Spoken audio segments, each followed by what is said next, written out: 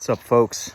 I'm out here in North Florida, and today I want to talk about the effects of Kratom and quitting Kratom in particular. And I want to talk a little bit about the plant and my experience. So, for those who don't know, it's a plant compound, and it's brewed into a tea, or you can ingest it in many different ways. And it's an opioid, but it's not an opiate. An opiate is usually like a prescribed substance, or opiate is like morphine, heroin, Oxycontin. But Kratom's an opioid because it has different opioids in it, but it's not classified as an opiate. So anyways, it's a more natural version, and but it works on those same receptors. And basically, I've been through the ringer with Kratom, and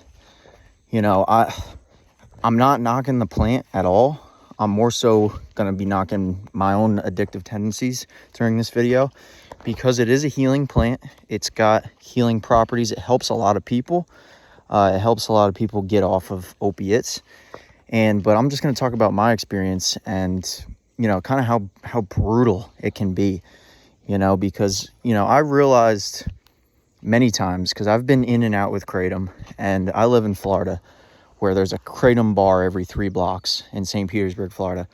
And so basically, it's hard to get away from it. And for me, it's more tough to kick than opiates, because opiates aren't really socially acceptable and they're not as easy to get. For me, it was easier to kick opiates than it is Kratom, because Kratom is so widely available, it's socially acceptable, and it's easy, and it's not really necessarily going to, create any bad physical effects, not immediately at least. And so it's so easy. And, I fall into these traps where it'll be, I'll use it for a few months, and then I'll realize, I'm not truly happy without taking Kratom, and that's not really what I want. I don't want to be dependent on some substance just to be happy every day. And so then I'll quit, and it'll always be rough. Those first few days quitting Kratom are rough. And, it's, you go through physical withdrawals, and it's different for everyone. But for me, it's always rough. And right now I'm on day 3 of quitting Kratom, and that's why I wanted to make this video. And I've gotten past the worst of it at this point, but it's brutal. Every time I quit, I go through like a mini psychosis, it feels like. And it's like I end up just, getting out of my town for a little bit, and I'll go get away so I can, kind of reset myself. And but yeah, I always end up in these cycles. Like the last time I quit, I told myself I will never touch Kratom again. And I took the longest possible break that I've ever taken from Kratom since I started using it, which was about 8 months.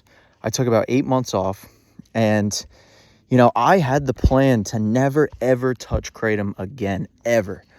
But then, it was kind of basically just like boredom hit, and doing the type of work that I do in the Florida heat, there's many different justifications I had for it, and so I was just like, screw it. I was like, I'm just gonna start doing Kratom again.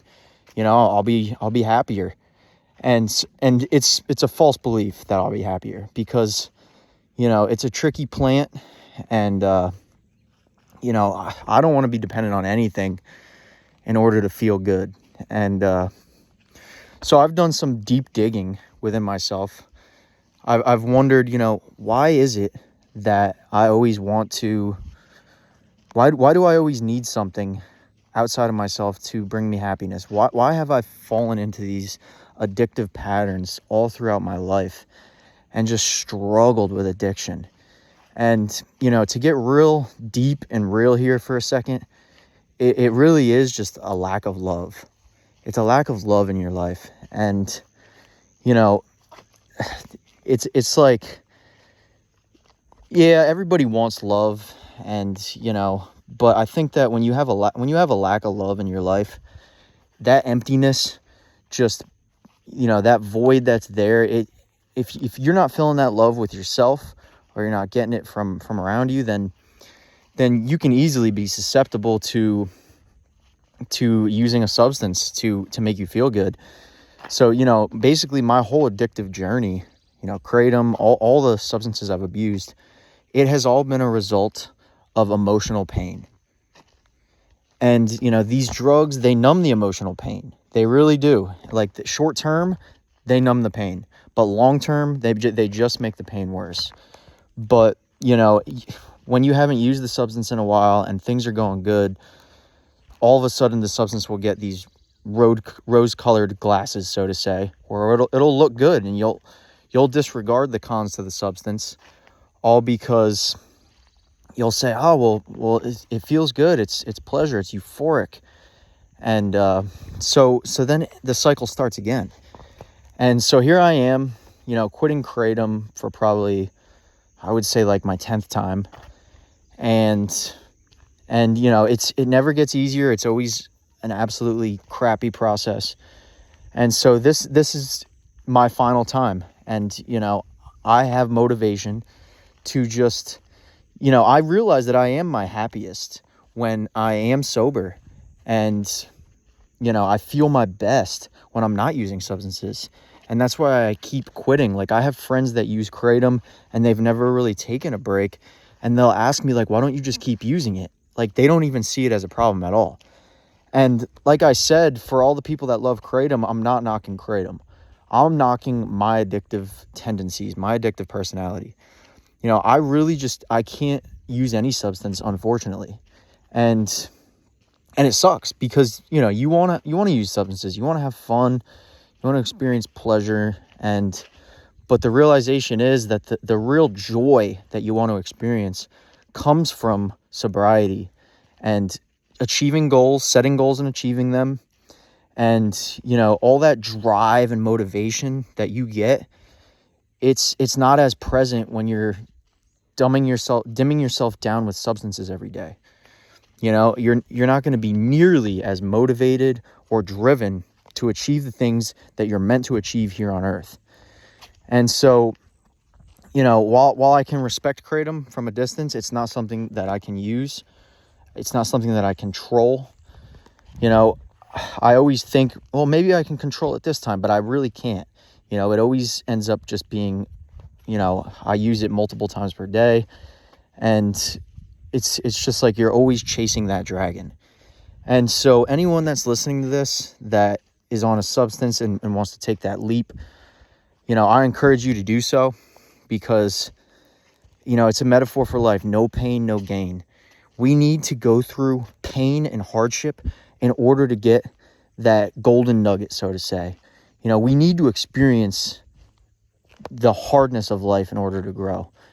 And as crazy as it sounds, every time I quit Kratom and go through a little reset like this, I do experience some growth. And, you know, it's difficult, and it's kind of silly walking in these same circles, but it is my path. And so, you know, I need to be graceful with myself and realize that I'm human and I make mistakes. So, you know, it's easy to be hard on yourself in times like this, but it's also just as easy to be graceful and forgive yourself. And so, you know, the goals, the things that I want to achieve, they're more important to me than short-term pleasure. And so, you know, then that brings me to the thought of what helps me quit Kratom, because it's not an easy process, especially when you're in a town like me where there's Kratom kava bars every 5 blocks. And so I've been out of my town for like the past 3 days, but when I go back, it's still going to be everywhere. But for me, what helps me quit is just that the pain of quitting is so difficult. Like those first few days in particular, it's so difficult that you don't want to deal with that again. And so you really don't want to use it again. And so that's motivation for me, like the hardship of quitting. And, you know, just the idea of, like I said, achieving bigger things for myself keeps me away from it. And, you know, I used to hear addicts say to me, oh, well, while you're not using, your addiction's just doing push-ups in the parking lot. And yeah, I mean, I see what they're saying, but that's why you just need to have a healthy, strong support system far away from your substance of choice in order to also help you stay away from it. If you have a good support system, if you have a good discipline and good willpower, then I believe you can achieve anything. And so, you know, different kind of support systems can look like, could be, you know, Alcoholics Anonymous, Narcotics Anonymous. It could be, you know, martial arts, a specific discipline that you stay, you know, you do every single day. So, you know, whatever helps you. And for me, when it comes to getting off of it, you know, I like to spend time out here in nature. Beautiful reset just being out here. Right now I'm in North Florida. I was visiting a friend. We went to some springs. It's a nice reset. You know, nature heals us. And so, you know, also exercise and sweating, you know, sweating the toxins out of you and eating clean. All these things are going to help. And so that's how I stay off of it. And yeah, so anyone who's listening to this, I hope I can encourage you to maybe take that leap. And, you know, it sucks going outside of your comfort zone, and it sucks letting go of a substance and a habit. It sucks so bad. You know, you don't ever want to, because you don't want to face these harsh feelings. But these feelings are what's necessary to be the catalyst to the next evolution of your life, to the next stage of your life. You know, we're human beings, and we're meant to evolve and continuously reach new peaks of our consciousness and evolution. Yeah, so thanks for tuning in. And with that, I'm out. Peace.